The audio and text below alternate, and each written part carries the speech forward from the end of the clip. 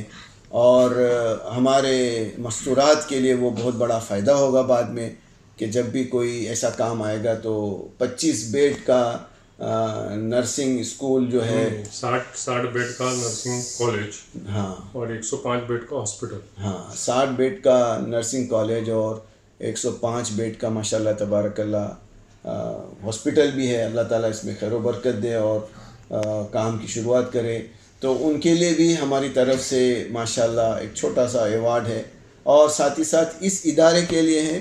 یہ ادارہ شروع کرنے کے لیے سب سے پہلے جو ہمارے بھائی آگے بڑھے وہ ہے مقصود حسین.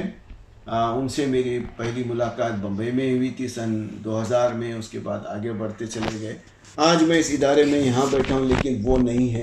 لیکن ان کے نائب عبدالرؤف بھائی یہاں پر بیٹھے ہوئے ماشاءاللہ تبارک اللہ. تو سب سے پہلے میرے بازو میں جو بیٹھے ہیں ہمارے عبدالحق، میں ان کو دعوت دیتے ہوئے عبدالقیوم ناڑکر کے ہاتھوں سے ایک چھوٹا سا ایوارڈ دینا پسند کروں گا.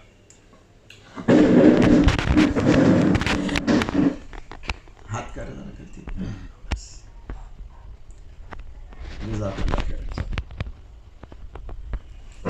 اسی طرح سبحان اللہ ہمارے پاس میں یہ ایک ایجوکیشنل فارم کے لیے ہم نے یہ قلم کا ایوارڈ لیا ہے. تو میں چاہتا ہوں کہ یہ قلم والا ایوارڈ ہمارے عبدالرؤف بھائی جو ہے اپنے ہاتھوں سے ہمارے عبدالقیوم ناڑکر کو پیش کریں.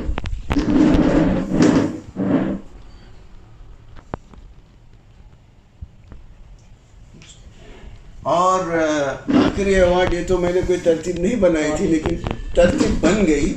ہاں یہ سب سے بعد میں میرے کنسرٹ میں آئے. اس سے پہلے یہ کنسرٹ میں آئے. انہوں نے آپس میں ایوارڈ بانٹ لیا. اور سب سے پہلے کنسرٹ میں میرے جو آئے وہ ہے مقصود بھائی. تو میں اپنے ہاتھوں سے ایوارڈ دوں گا مقصود بھائی کے اس ادارے کے لیے. جزاک اللہ خیرن. عبدالرؤف بھائی اس کو قبول کریں انشاءاللہ. اللہ سبحانہ تعالیٰ اس کو قبول کرے. السلام علیکم ورحمۃ اللہ وبرکاتہ. تم چلو کنا کے ادھر بولے تو اصلہ تم جا کے بولے تو اصلہ. اوکے جزاک اللہ. السلام علیکم. ایک فوٹو ان کے ساتھ میں